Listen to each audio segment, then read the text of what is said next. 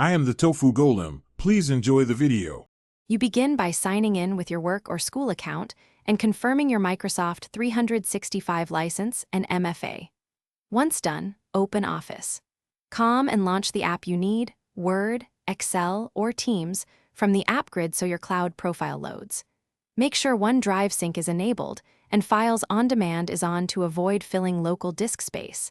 This also connects your 1 TB storage to the apps. Now you're ready to create and save into the cloud.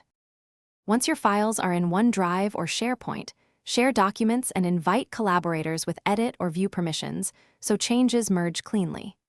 You'll co-author in real time, watch cursor indicators, and use version history to compare or restore earlier drafts when needed.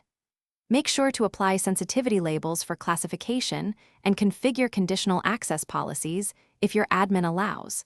This enforces device and location rules. These steps protect data while keeping To finish, export deliverables to PDF and set reliable offline copies in OneDrive for travel or unstable networks.